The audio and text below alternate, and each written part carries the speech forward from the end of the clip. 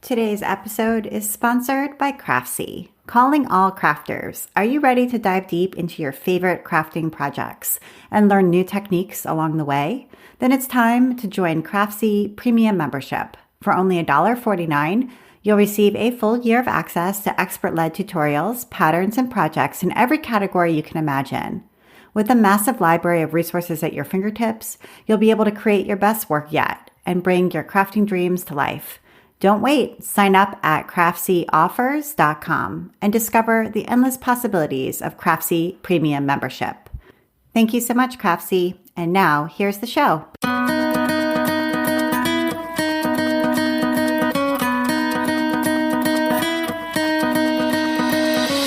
Welcome to episode 240 of the Craft Industry Alliance podcast. I'm Abby Glassenberg.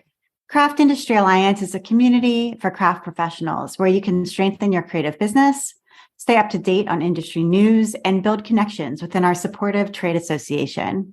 Check it out at craftindustrｙalliance.org. Today on the show, we are talking about owning a yarn shop with my guest, Cadence Kidwell. Before Cadence opened her yarn shop, Fuzzy Goat, she was at Florida State University where she taught creative writing, multicultural literature, and designed a certificate program for students to develop cultural competencies. University life instilled a strong core of service to people seeking to improve their lives. And one of her favorite pieces in her yarn shop is a service sign that is over the counter, announcing that the team is there to serve. In her mid-50s, Cadence decided that she could either study on in her last decade of university life, or she could join the maker's life, make a business from a rough-worn building, and fill it with beautiful yarns made by strong women. Something she learned at FSU was the value of conversation among those that see the world differently. Something that used to happen at, say, a bowling league and is disappearing in our lives. So Cadence believes that knitting can create that space where conversation across generations and life experiences is valued and sought after. Cadence Kidwell, welcome.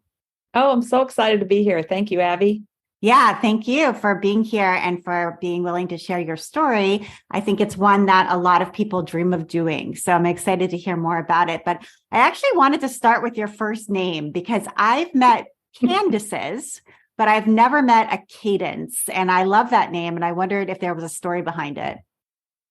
Well, there is a little bit of one. My dad was in the military. So that's where, that came from. And my middle name is Christina. And my parents used that most of my life growing up. But then as in my 30s, I think I decided, I'm going to use my full name. I'm going to use my first name. And there's a lot of correcting going on and all that. Yeah, I'm sure, but it's a really unique name, and that's fine as long as somebody says it nicely. It's all good. Yeah, it's cool. So I hear a little bit of a Southern accent in your voice. Were you born and raised in the South, where you live now? Oh, that's really funny. We were just talking about that. No, I was actually born and raised in Miami. My parents have a much more interesting story than I do. My dad was in the military, but he worked for naval intelligence in Cuba.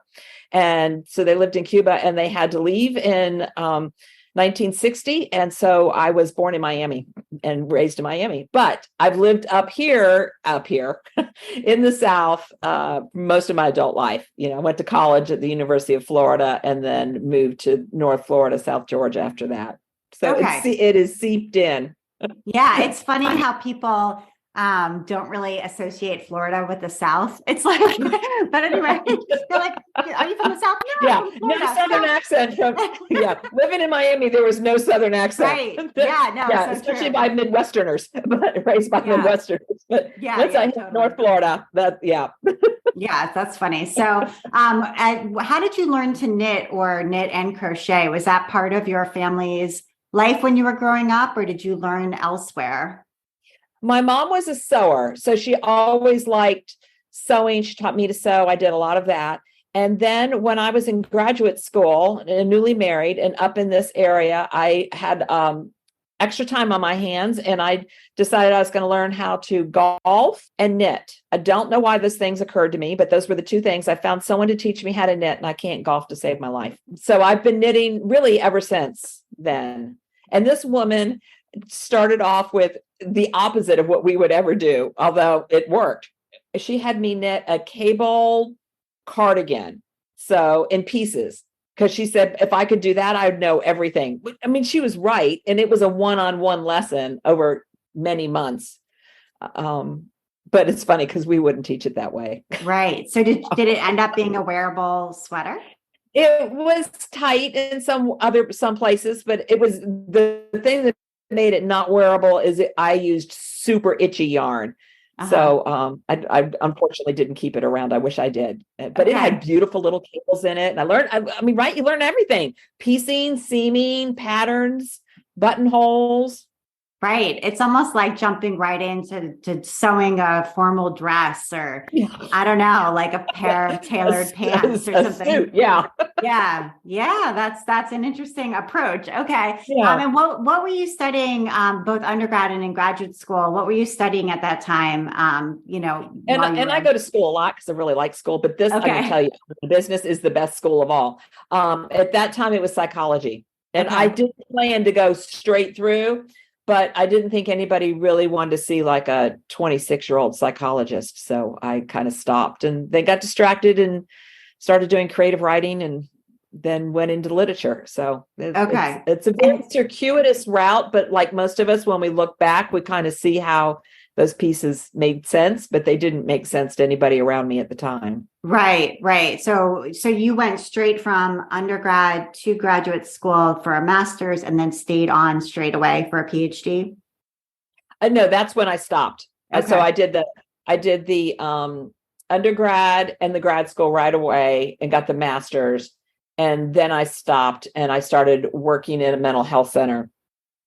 And then I had children and was doing that, working there. And then eventually started taking a class in creative writing just at night. I didn't know you could go to school for that. It didn't even occur to me. And found that journaling, it was a really rewarding process. It was taking what I was doing with journaling and then making stories, shaping them and making stories and making more meaning out of them. And so that's how the whole master's and PhD in creative writing and literature happened. From there. Yeah. What was the job like at the mental health center? I was fortunate enough to work a lot in prevention. So we did a lot in going into the school systems and working with them in prevention. And it was really great. It was very rewarding and really satisfying. Yeah. Okay. And did you want to like write a novel or write? No, I didn't want to get published.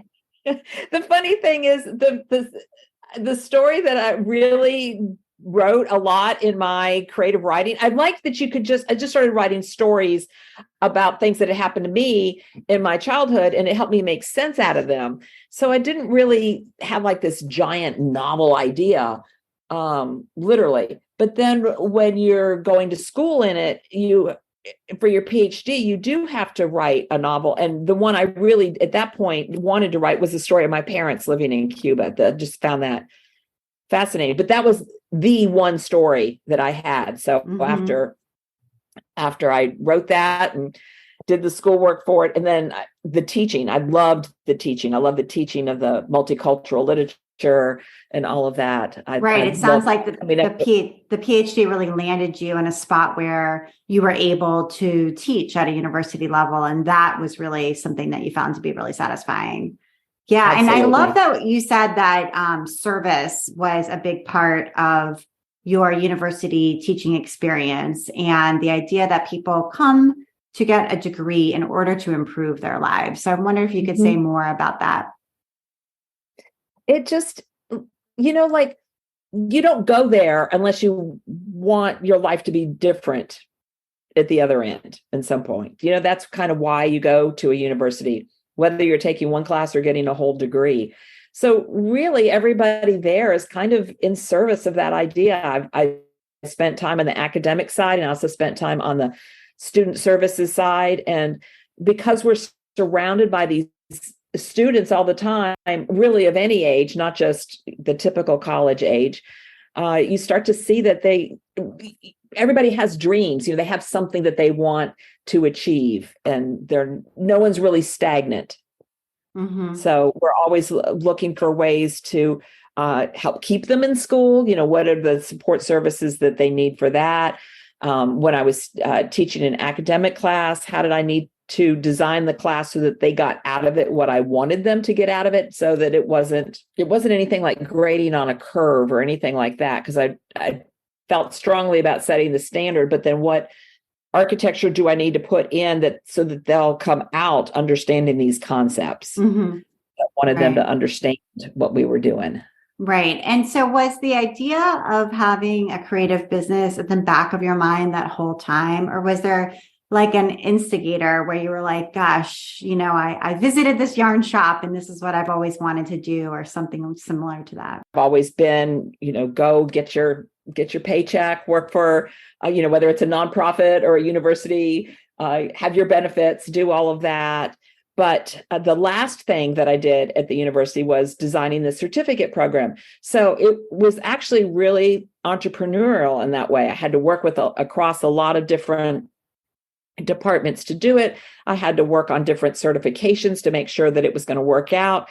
And that's when it started to light this idea of like, I wonder what that would be like. That's when it kind of occurred to me. Then, taking trips, going into yarn stores. One of my favorites is and was Fiberspace. And I think Danielle did a fabulous job of branding and making you just feel like you were part of an experience. And so that kind of inspired me. So I started talking to my friends in the business school and like, do I need to go to school? And she was like, well, what you really just need is the tutoring that they have over at the Small Business Development Center. No, you don't need to start from scratch and get a business degree. So I started working with the Small Business Development Center, and they were the ones that said, give me assignments and help me figure it out. Gave me a lot of really great assignments. And at one point I'd done them all because I'm a good student. I like school. And they were like, okay, you can go do this now. It's not an assignment anymore. So what were I'm curious, what were some of the assignments that they gave you? Did you have to write a business plan or yes, absolutely. A budget? Writing the business. Yep. Working on the business plan, which is funny because aside from trying to get some loans, which I'm happy to talk about, I don't think I've ever looked at it since or used it, but the discipline, I'm all about the process. I'm actually a process knitter also. Yes, I want the product, but the process has to be engaging and fun. There was that, and then figuring out what the cash flow was going to be like, what the down months would be, what the expenses would be, what the markup would be, how many skeins of yarn did I think I could sell in a day. I decided to open in Thomasville instead of Tallahassee, where I was living. Thomasville's about 25 miles north and over the state line, because it had a cute little place to shop and visit. And Tallahassee already had like 4 stores. And I'm not a very competitive person, and I cared about those stores and I didn't want to open up on top of them.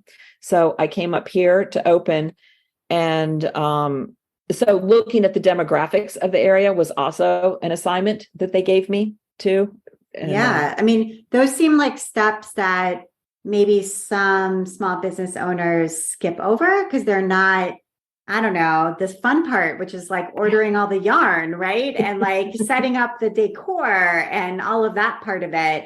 But, looking at the demographics is a really important step, and figuring out cash flow and planning for maybe the slow months, whether that's going to be, where you are the winter, if there's less tourism, or for some yarn shops, it's the summer because people don't want to knit and things in the summer. So depending on where you are, but and it sounds like a lot of us write a business plan and we don't look at it again. I fall into that category myself, but do you feel like some of those steps were worthwhile, I guess, now that you've been in business for some time?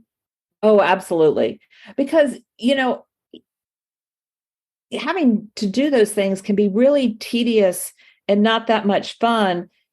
And sometimes that's the truth of the matter. So like, if you're not willing to do that when you don't even have any money on the line yet, I mean, this may not be for you, because, right. or even like the decor, I had to figure out how much I was going to spend on that decor. too, because that's an easy place to get carried away. Right. And so I agree with you that if you can see the business planning part as a creative process in and of itself, and if you have the wherewithal to go through it and find it to be exciting and interesting, that's a good sign about where you're headed, versus if you can't bring yourself to even begin that part, that might be a sign that you would be better off working at a yarn shop versus owning one, for example. I felt like there's a lot of obstacles, and I always felt that term lean in had just started to percolate at the time. And I felt like it was like, okay, here's this boulder. Where's the path around? What else can I do? What can I do? I'm not going to just stare at that one. There's something else to be done. There's some vendors, yarn dyers to talk to. There's, what am I going to put the yarn in? Go look for cabinets. There was always something to do, but that budget did also drive things too, those expenses that I had to come up with. Okay. And so when you talk about the time when you actually took the leap and told the university, look, I'm leaving after the semester, this is it. And it sounds like you also leaned into your retirement savings, speaking of lean in, and cashed out some of your 401k and really took kind of a big leap here. Yeah. Okay. So, it started by looking for a location. So I looked at some places to rent in Tallahassee. I looked at some places to rent up here. And then at the time, so it's actually been 9 years this week. There were some properties to actually buy that were in really bad shape. So I did look at the ones to rent, and but there weren't that many. And you want to be in a somewhat visible location. That Thomasville's not that big, and you want to be in the what I call the fancy street, but I actually ended up on the cross street going towards it, which is better for me because the price of the building was better, and this block was really run down at the time. So I remember thinking, well, I've watched enough HGTV that I think anything can be fixed if you have the right contractor. And I was fortunate enough that in this sweet little town, there's a lot of resources, Abby. It's amazing. There's a my graphic designer, but also at that time, I'm thinking of my retail designer. So she kind of knew I was coming to town, and she grabbed a hold of me, and she'd done a couple other stores and a couple other restaurants. And she's like, this is the contractor you need, and this is how I'm going to help you. And so that was really worthwhile. I'm a big believer in getting the right people to help you. I kind of feel like one of my superpowers is knowing who to hire to help me out and get me to the next step. So at that point, Jackie, we found this building and we got the contractor working on it. And once we got all the approvals for the historic and all of that, that's when I knew I had enough of a timeline that I told the university, okay, this is when I'm going to keep working, but I'm giving you 3 or 4 months notice. So I did not do any of the renovation. That's not my skill. I kept my benefits. I kept all that as long as I could. And then so it was a little scary as the time approached. I had the yarn delivered to my house that we were going to have. And again, I remember at some point we were getting it all ready, and Jackie, the retail designer, said, you can open in a week now. So again, with me at the process, but I need somebody to say okay, it's time now to start selling this stuff. And so it was exciting and a little terrifying. So yes, gathering up the money to do that. I could not get a loan on the business. I could get a loan on the building, but nobody thought that the business was enough collateral. So I had to cash in a lot of assets that I had and things like that. At that particular time, I hadn't cashed in my 401k, but I had cashed in. We sold a car. I used credit cards. I borrowed some money from my mom, and that's what got us the inventory and to pay Jackie. Because I didn't have any team. It was just going to be me that was working there. But then as a little side note, the building next door, the guy who owned that, he came over, he said, you paid $5,000 more for your building and I wanted it. I was like, I'm really sorry. I didn't know. Although, why am I saying I'm sorry? I'm really glad I got it. He says they really need to be together, and they're mirror images of each other. He said, so I need more space. So I'm going to move. So you can buy this for me. And I just laughed. I'm like, I got nothing. I was like, well, I do have my 401k, which they don't want you to cash in. I mean, you wouldn't believe the amount of paperwork that you have to sign for that. Said, this was in the fall. I can do it. I'll do that, Jay, if you can wait till January, because I can't do anything else in this fiscal year. So that's what I did. So I cashed in my 401k, much to everybody's horror, even my husband. And I bought that building because it was an investment. And so I bought the building I have, but I have a mortgage on that. I bought that one flat out. So don't have a mortgage on that. And it was an investment in what else was going to come into this block, because we're a developing block. And I'm so glad I did, because I had people that wanted to open a fast tax place there, and somebody wanted to run a taxi service. I mean, we're a small town. We don't even need it. I mean, just things that were not going to bring people down the street. It was not going to be a good investment for what I'd already put in here. And I have to say that has really paid off. That the rent that I make off of that helps pay the mortgage on this space and more. And it's more than my IRA would have ever made. What's in that space now? Oh, yeah. Okay. Sorry. I left that part out. So what's in there now is a bagel shop, and it is owned by the cutest couple. So I get to be a part of their story and support them. And the people, in the original, it was like, oh, you're next to that yarn shop. And now it's like, oh, the yarn shop's next to Empire Bagel, and it's fine. I love it that it's known. And John's originally from New York, so he makes great bagels, and they're just this cute couple that I really love to kind of be a part of their story too. Today's episode is sponsored by Craftsy, and here is a message from Craftsy. At Craftsy, we know making. Whether you're new to the handmade life or looking to advance your skills, we have classes for all maker levels and interests. From knitting and sewing to quilting and embroidery, cooking, baking, paper crafts, and more. Craftsy's instructors guide and encourage you, empowering you to turn ideas into realities. And they have an exclusive offer for Craft Industry Alliance podcast listeners. Right now, you can get a whole year of their premium membership for only $1.49. Visit CraftsyOffers.com to sign up, and the discount will automatically be applied at checkout. For only $1.49, you get a full year of access to over 2,000 premium full-length classes and projects across over 20 crafts and hobbies. It can be challenging to know where to go to learn new things, especially when you're an absolute beginner. Craftsy's instructors help build strong foundations as they teach, setting you up for success and helping you fix mistakes as you go. Their enthusiasm and strong teaching style make learning accessible to all. If you are an experienced maker and looking for new challenges and fresh projects, Craftsy's for you too. From perfecting your fondant skills to tackling complex stitches, from eye-catching garden design to next steps in sourdough, Craftsy has advanced classes in all crafts from instructors who are experts in their fields. With over 2,000 classes, including downloadable patterns and recipes, Craftsy has a class and a craft for everyone. So visit CraftsyOffers.com today and get a year of Craftsy premium membership for just $1.49. Start turning ideas into projects you can be proud of. Get this exclusive offer at CraftsyOffers.com. Thank you so much, Craftsy. And now back to my conversation with Cadence. Yeah, and I think that it's really interesting. I spoke with the folks who own Shock Spindle out in Boulder, Colorado, which I was able to visit last summer.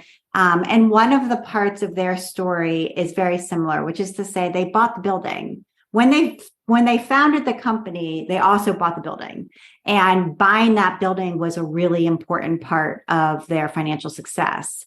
And I think people could think about that as an idea where if you buy where you are and even maybe buy the place next door if you can, you're able then to control what's there. And I mean, I think financially, the way that you arranged it, it really worked out well for you. I wonder whether you consider yourself to be a risk tolerant person or a risk averse person. I'm very risk averse. And so for me, I would look at that and just be so scared to cash in my retirement savings and invest in something like this. But you did it. So I don't know whether that was typical of you or whether that was unusual for you to do something that was risky in that way.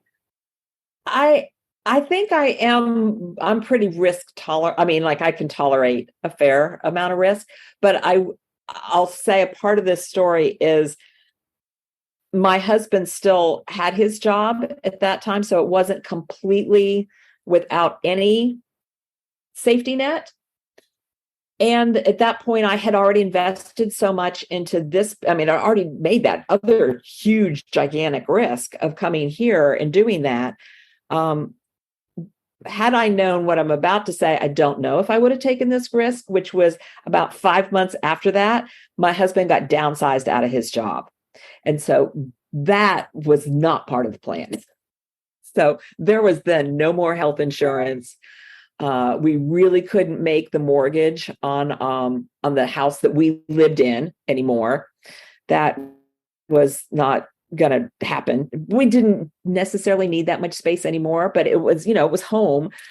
So we had to sell that. We had then make a decision. And by then I'd invested so much, I was like, am I going to go back and try to get another job? I mean, what am I, is somebody going to hire me now after I've said, like, I've done this? I don't know. I want to come. So we just had to really double down. So we sold our house and we bought because I renovated this, which was so awful. I bought another really awful house 4 blocks away, used the same contractor, and he made, I mean, it's 1,000 square feet. It's cute as can be. Part of it's from the 1850s. And so we've really upended things in ways that, I mean, I thought just starting the store was the big risk. I didn't know all this other stuff, but I'd made all this investment, and this was who I had become, was this store owner. And so this is what we decided to do. I think it was hard on the kids to give up that house, but they didn't live there anymore. Then COVID happened, and it would have been like, maybe it would have been nice to have had space for some of the adult kids to have a place to live. And that was kind of painful. But at Thanksgiving this year, we figured out a way to have all of us in this small house. We have this long table. My daughter is now married to a woman she taught to knit, that she would not have met Natalie if we hadn't had the store. My older son is bartending at one of this fabulous restaurants down the street at a job he wouldn't have had if we didn't have the store, and is with an amazing woman who met him there. And then my middle son is working at the music library, and he got that job because the dean of the music library is a knitter, and came in and just happened to ask how Miles was doing because he's a music major, and she had this job opening. So I can look at some of the things I've given up that I might cause me a little twang every now and then, but then I look at all the things I've gotten. And I wanted this adventure. I knew that, I was 10 years at that time away from retirement. I love travel. My husband likes the idea of it, but he's not that, when it comes to shove, he's a little bit like, I'm not so sure about. So I needed a big adventure that was going to consume me and not make me be like, okay, well, where's the next trip we're going on that you don't want to go on? So this is more than achieved that goal. Yeah, absolutely. I mean, it's a huge adventure, and I love to think about it that way. I think if you have the attitude that this business is an adventure, it helps you to be flexible and sort of keep your hands in the sandbox and be playful and interested instead of feeling burdened or annoyed, because you can certainly fall into that trap as well, because there's a lot of things about business that are hard and annoying and burdensome at times. And so I think if you can have that, almost that travel adventure mindset, it's very helpful, when those hurdles are coming your way. So Okay, so let's. I mean, it also. I was going to say, like, the fact that you live 4 blocks away makes you now somebody who lives right in town, Yeah. and I think is also, especially for a smaller town yarn shop, a very nice thing because you're, a citizen, a taxpayer, a business owner, a resident, and you feel everybody's pain the same way as as the Yeah. regular people who live right nearby who are your customers. So talk a little bit about Thomasville, Georgia. So obviously it's fairly close to the Florida border. Why do people come there? Is there a tourist, sort of infrastructure there where people are visiting for various things, or no? Or who are your customers at this yarn shop at Fuzzy Goat? So Thomasville is just amazing. I learned a lot about it by immersing myself in it and starting to go to city commission meetings and things like that, because I wanted my street to be, I learned that there was funds for it. So I wanted my street to look as good as the fancy street. So I became much more of a community advocate that I never in a million years thought I'd be going to city commission meetings and talking about it. But Thomasville's really special because before Flagler built the railroad that went all the way down to Miami and the Keys, the most southern railroad stopped here. So we have a long history of a lot of influx of people going back and forth from the Northeast to here. So there's a lot of ideas and a lot of resources that came down because of that. Then there's a lot of large landowners around here that have kind of preserved their land. So it's a very land conservation idea, so that you can see a lot of nature here also. So the town is kind of landlocked and can't get super big and expansive because of this large amounts of privately held but land conserved idea all around us. And so that kind of informs us too. So a lot of people like to come here from the Northeast and do quail hunting.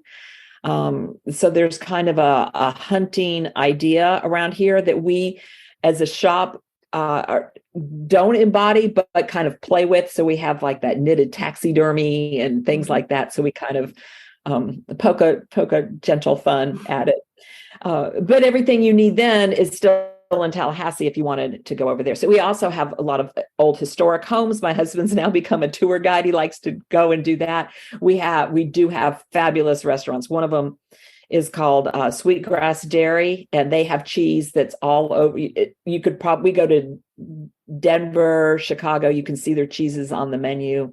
So there's because it's that kind of small town, and there's some resources, they've done a lot to support the small town, the businesses in this town too. So you can see a lot more, I think, independently owned businesses. A lot of them got started by people in their 30s where the town just really rallied behind them and wanted to keep them going. They have a really great facade grant too, where they want to make sure the businesses look good. So they give you half back of what you spend and improving the outsides of your area. Then of course the weather. I mean, I'm looking outside now. It's just beautiful. There's a little breeze and all of that. So yeah, those would be some reasons. Yeah, when you think about inventory, at least in those early days, I mean, you've been in business now 9 years, so you've got a lot of experience under your belt. But when you think about in those early days, like what you decided to buy, and everyone loves to use this word curate, to sort of put on the shelves in the beginning. How did you think about that and what you wanted, to have for sale? And I wonder, I'm sure early on, there were probably some big mistakes. I mean, we all make big mistakes. But where you bought a whole bunch of X, Y, and Z because you thought it would do well and it totally didn't, and kind of you had to correct the ship in some way. So yeah, let's think about a little bit about stocking the store in the beginning. Well, in the beginning, I think like most yarn shop owners, you think, I'm going to get the yarns I like. So there was a lot of that, and the yarns that I like to knit with. Well, not everybody wanted to knit with the same yarns I wanted to knit with. They were maybe a little too itchy for the South. And things like that. It's funny that you said that, because the first big sale that I had, I called it Yarn I Bought Before I Met You. So it was all the yarns that I had made the mistakes with. And I didn't know, like, I would go with a vendor, and some of them I'm still with, and I'm happy to do that and love carrying their yarns. But I went with more wide across various other bases before I figured out which ones really did well for us. Okay. So what works? So what does work for us, what does work for us now versus pre-COVID, really meaning pre-website, are two different things. Okay. All right. So, because we really are sending yarn all over the country. But when I was completely dependent on people coming in, linen worked really well, yarns, and what also still works really well for us is yarns with some silk content is really nice. I personally love that. I love the drape in that. There's several yarns that we carry, Emma's in particular, and Farmer Daughters Fibers. I always put the S in the wrong place. I'm sorry. You can just take that part out. So yarn with some silk in it really help a lot, and still do. Thinner yarns we do better with fingering, not so much with bulky, unless we have a specific hat project, things like that. But natural fibers, I mean, that's something that matters to me. So that's something that we've pretty much stuck with all the way through. Okay. Yeah. I love the idea of a sale of yarns I bought before I met you. I think that's really funny. And we're going to talk about COVID and the transformation that COVID had for your business. But do you carry local, products in some way, or things that you can only get if you come to Thomasville or come to Fuzzy Goat, or maybe not only, but really are featured local makers or local dyers in some way? So we do really try to stress Southern dyers so that we can, because although we are very fortunate that there is a dyer in Tallahassee that we work with very closely. She would come and shop with me a little bit. I didn't ask her very much because she did dye for one of the stores in Tallahassee. And I was very aware of not wanting to carry the same things and do all that, because I do rely on a lot of those customers also. That is probably half my in-person customer base. But that store has since closed. And so we have Knitwise Fibers dyeing for us a lot. She'd do a lot of really big events for us. She's doing a big pop-up for us for local yarn shop day. And we're very fortunate to have her. And she doesn't dye for very many other stores. So that's a big part of who we are. And then we kind of expand the circle from there to just feature Southern dyers. So they're not ones that you wouldn't get anywhere else but here, but we really like to highlight them, like Copper Corgi. Sarah's the first one to dye us a custom color, and we've worked with her almost from the beginning. I remember going into a store in North Georgia and seeing her yarn and a custom color for them, and I'm like, oh my God, do you think we could ever get one? So just the fact that we now have 3 is really fun.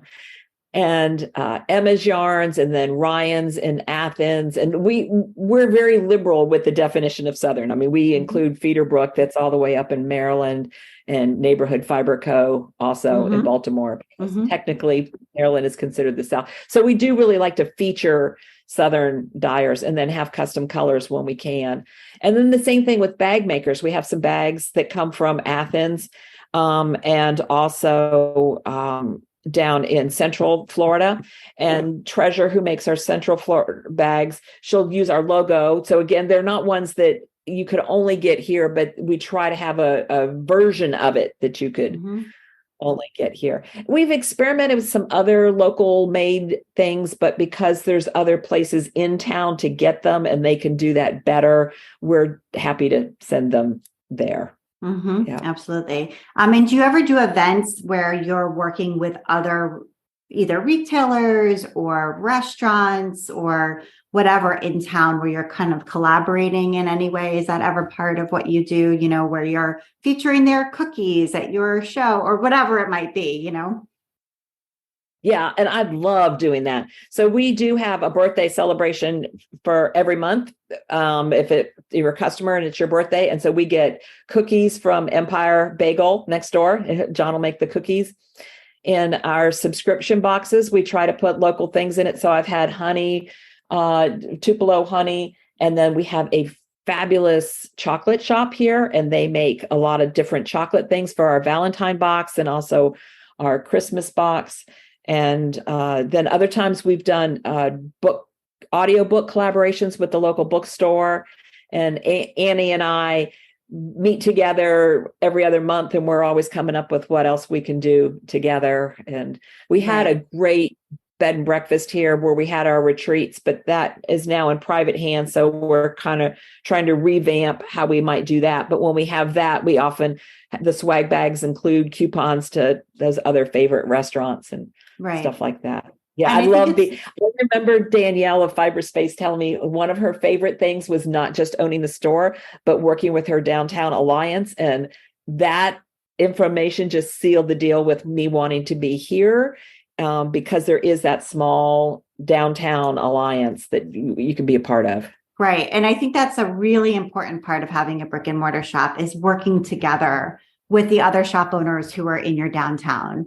I just think I've seen that be really successful and really helpful. So that's great. So obviously it sounds like before COVID, probably you had some kind of web presence, I'm imagining, but maybe not like super robust e-commerce, maybe wasn't so much part of the equation. I don't know, you can tell me, but what did the kind of like online presence of Fuzzy Goat look like in March of 2020? We had maybe 20 things on there. We had our Katrinkles, amazingly branded items on there. We had those one of a kind. We had our classes on there, but we didn't. A t-shirt, we didn't have there very many things. Okay. And is it Shopify or is it a different platform? At that time, it was a different platform and it was beautiful. My branding agency that did my logo and everything that's local, it was exquisite. I loved it, but it couldn't grow very well. I'm trying to remember what it was. It might've been WooCommerce at the time. Okay. Yeah. All right. So that's where it was. And then all of a sudden the world shuts down. So what did you do at that time? I mean, obviously, we were all in a panic, but you've got all this inventory, you've got bills to pay. Nobody can come into the store and you can't have your employees or anything there. So what happened? So I'm going to back up just a second to say, one of my things that really support me a lot is I have a retail coach. I work with a group and we have a mastermind. And so that gave me a resource like, okay, what are we all doing? What are we going to do? And so one of the small things I did that turned out to be a big thing was doing Facebook Lives. It's not my nature, but I've grown into it. And because I had to get over myself, like you just said, nobody could come in, nobody could see anything. Kathy had given us, our retail coach had given us some resources of how to do those most successfully and wear lipstick because they're going to be looking at your mouth and things like that. And so we came up with doing the Facebook Lives, but then I needed a way for them to buy it. I mean, initially they would say in the comments that they want it, and then I'd send them a PayPal. It was painful and very laborious, but yet I was really grateful because we had something that we could do. And so eventually I had to redo the website. So that was, and get a different website and then get everything on there. And now we've got there's maybe 5%, maybe 5 items that aren't on the website. And now we're shipping to every state. And it's a huge part of our business now. In fact, I don't know that I've gotten back all of my walk-in traffic.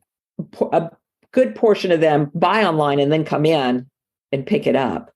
But Yeah, So when I you don't, something we're really trying to work on is finding, we don't have the same robust in-store group that we had before. And that's something we're trying to work on. when you think about the proportion of sales that were e-commerce versus in-person prior to the pandemic versus now, do you have an estimate of what the percentage is? It sounds like maybe prior to the pandemic, it was something like 95% were in-person. Oh yeah, maybe purchases. 10% because they were buying the classes online. Okay. We didn't offer the class online, but they signed up for the class online. So maybe 10%. Today it's 60, 70% online. Yeah, that's huge. And so are you on Shopify now or? Now we're on Shopify. Okay. Yep. Right. So you made that transition. What about email? Were you doing a lot of email newsletters prior? Do you do email newsletters now? I did do it prior. And I sent one out once a week, and I used Emma as a platform. I loved it.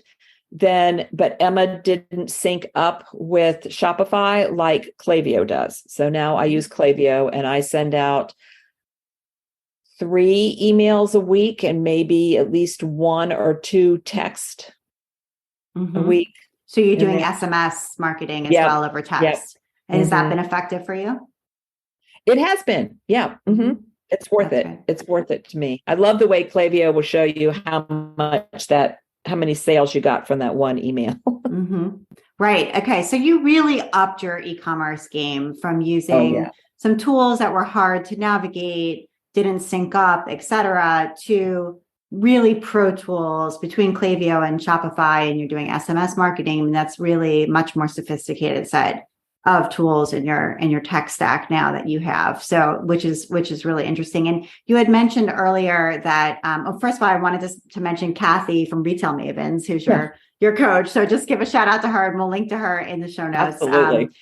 So she's great. And, but you mentioned a subscription box, and I've talked to quite a few, yarn shop owners, and also just subscription box owners for whom this has become a huge part of their business. So was that something that you'd always wanted to do, or who suggested it to you, and how did you get it started?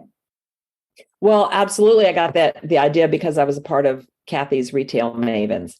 And I've made good friends with Janet Avila of String Theory in Chicago, Glen Ellen, outside of Chicago. And she has a box of light. And so we talked about how she does that. Hers is really just a wonderful, warm, lovely hug for that time of the year, and how she does her subscription box that goes out in that's intended for December. So I based mine on that and went in a different direction, and we call it Box of Goats. Funny thing about that is I cannot call it that on Facebook because it thinks I'm selling livestock. So we have a lot of things in there that have our brand on it, and then there's a project, and we work with Emma's Yarns on that, and Laura Dobratz will write the pattern for it, and Emma's Yarns will make all the little minis for it, and we launched that in August. So I don't know that it's something that I thought about ahead of time until I had heard how Janet had done that. And we had what at that time I thought was fabulous success. The first year we sold 26, mostly to local people. I was really excited about that. The last 2 years we've had to cut it off, and we sell 500.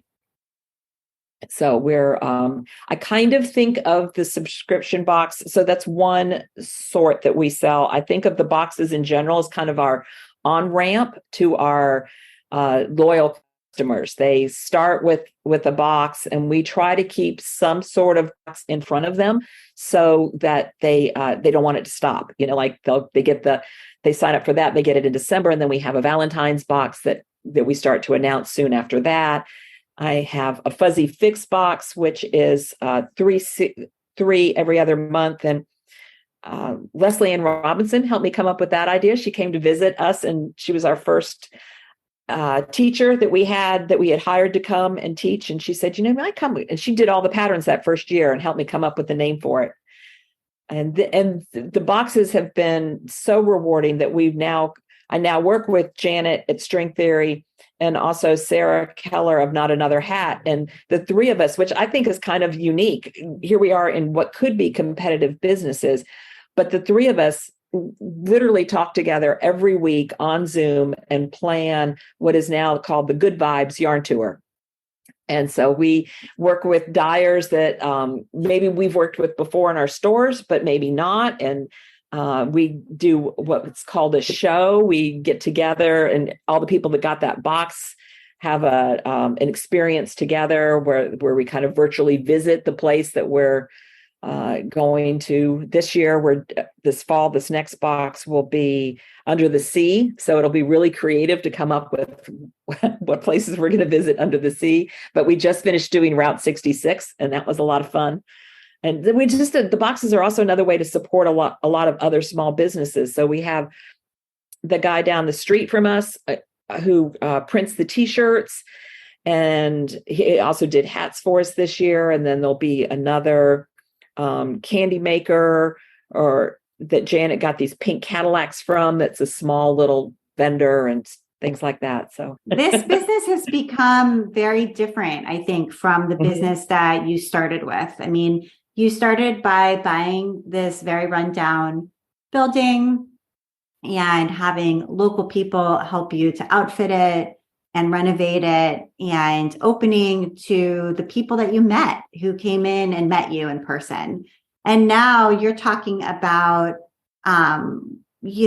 featuring places around the world, potentially, certainly around the US, collaborating with other yarn shop owners in very different cities and towns from where you're located, serving customers all over the place, certainly not just local Thomasville customers, although you're still working with local businesses, but serving people all over the world. So, and it really seems as though COVID was like the impetus for a lot of these changes. But I wonder whether you feel like without them, Fuzzy Goat would have survived over the long haul. You know what I mean? In other words, if COVID had never happened, who knows what the world would have been. But just thinking about sort of the changes that you had to make during that time, whether you feel like now, those are the things that are going to, in the long term, make this business sustainable, maybe in a way that it wouldn't necessarily have been. I don't know if you agree with that, or you think it just would have been different.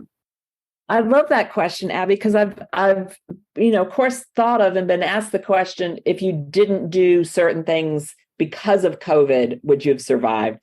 But to think about where the business would be without COVID and without those things. I mean, because of the coaching, we were growing. So I did not have any reason to think that we wouldn't continue in that way.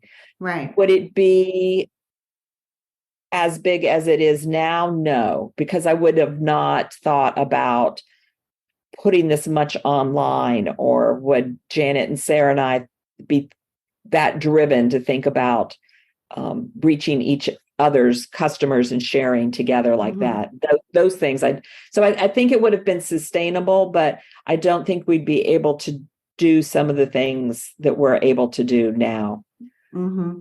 And how important has Retail Mavens or the coaching been to you? I mean, it sounds like it was really important, certainly early on. But, I know shop owners who are a little hesitant to invest in things like that because it costs money to be part of a mastermind group like that and pay for coaching, and sort of feeling like, oh, I can't do this by myself. I need help, and maybe feeling a little bit like defeated about that. But you really, it sounds like you're really good at delegating and you like to hire. So maybe you didn't have that attitude at all, but still there's a financial outlay to say, like, I'm paying for expertise. So this is a funny story how I even found them, because I didn't I didn't know you could go to school in creative writing. Nobody told me there was a retail coach. I had a rep come, and at the time there was Yarn Market News, and my rep had come and she said, you need to go to Yarn Market News. I said, I can't afford that. It's like $1,000. And plus I got to get there. She goes, oh no, it's in Atlanta this time. She says, you take that $1,000 you're going to spend with me and buy yarn, and you go to Yarn Market News, because that's going to be better for you in the long run. And I can sell you more yarn later on. So that's where I met. That's actually where it's like they turned the lights on. It's like, that's when I met other yarn shops that I'm still friends with. And that's where I saw Retail Mavens, and where Kathy had given this talk. And they have different points of which you can enter in terms of price. But my view on it is it's her job to make sure I can afford her. Like, I've already done the big risk. I've already taken this big leap. And by having somebody really help me figure out my open to buy, and, what are we going to do for this month? Because it's going to be low and you're still going to have these expenses and all of that. Having that security is just invaluable to me, that I've done the hard thing already. And so hiring her, and, they'll tell me that, this might need to be a little bit more, in the next contract. I'm like, whatever, I am fine, because I can't imagine doing it without them. Right. Yeah. And I think I find the price, I find what I get back, it's more than reasonable. I think we recently had our mastermind, and I remember saying, where we were in person together, and I remember saying to somebody, the amount that I spend on that, I would easily not make that and more if I didn't have it. Does that make sense? Yeah, absolutely. I love that attitude of like, it's her job to make you be able to afford her. So, I just think there's, whether it's that particular type of coaching or another type for whatever business you might be in, I think there's so much value in, and first of all, in talking with your peers and just learning from each other and being generous with what you already know and what you've learned. That's huge. I also think there's so much value too in going to something like the Yarn Market News conference that you went to in person, and being able to learn in person. Hugely valuable. So that's great. I think a great model for other people to hear about. Before we get to your recommendations, I wanted to make sure I asked you about these videos that you filmed with Matthew McConaughey, because you filmed, I think 3. There's 3 videos. One of them is about COVID, actually, and one of them is just about Fuzzy Goat. But I'm sitting here watching them, being like, how does she know Matthew McConaughey? So there must be a story behind that. There is. Okay. So one of the things that we do at our mastermind is we share like tools that we use. And so somebody along the way told me about using Homebase. Homebase is a scheduling software, and now it's also my payroll software. Okay. So I love it. It's easy. It's fabulous. They can clock in, all that. Mm-hmm. One time along the way, they asked me if they could do a story about us. The store is really colorful. Like all yarn and stores are. And so they did a little story. So somehow I got a little more on their radar. And then they called and said, or emailed, we want to do a video project. Would you be interested in that? I'm like, sure. Who's going to say no to whatever, So they said, okay, so we're going to ask you these questions. We're going to do a Zoom. We're going to record it. And then we're going to see which ones get picked. So I did that. And then at the end of that, they say, okay, so this is now going to go to, I forgot what they said. They said somebody famous, but it was like, it's going to go to somebody famous. We'll just say somebody famous, and they're going to choose. And so it wasn't until maybe 3 conversations in that they said, so we have this investor, and he wants to make sure that small businesses really get some extra help. And so we're going to send your video to Matthew McConaughey. I mean, I could not stop laughing. It's just like, are you crazy? You're pulling my leg. So they sent him like 25 of these videos, and he picked just 3. One was the taco shop, which I still would really like to eat at. And one was a roofer, and then our store. And so that was how that happened. It's the Zoom meeting. They also came, not Matthew, but the team came and then shot a lot of other additional great footage, did some more interviews with me and all of that. But the real kicker was that day where they set it up with Matthew. And the first thing he did was mispronounce my name. And so the first thing I did was correct him. And my family's trying not to laugh. And they're like over there in the other part of the store. And I was like, well, I couldn't have him keep doing it all the way through the video. And he was very easy to talk to. He was really friendly. If you see it, it's not a plug to watch it, but if you see it, you'll see that he actually is genuinely interested in small business and seemed genuinely interested in our story. Yeah, no, I thought so too. I thought he was great. And you were great. The most amazing gift.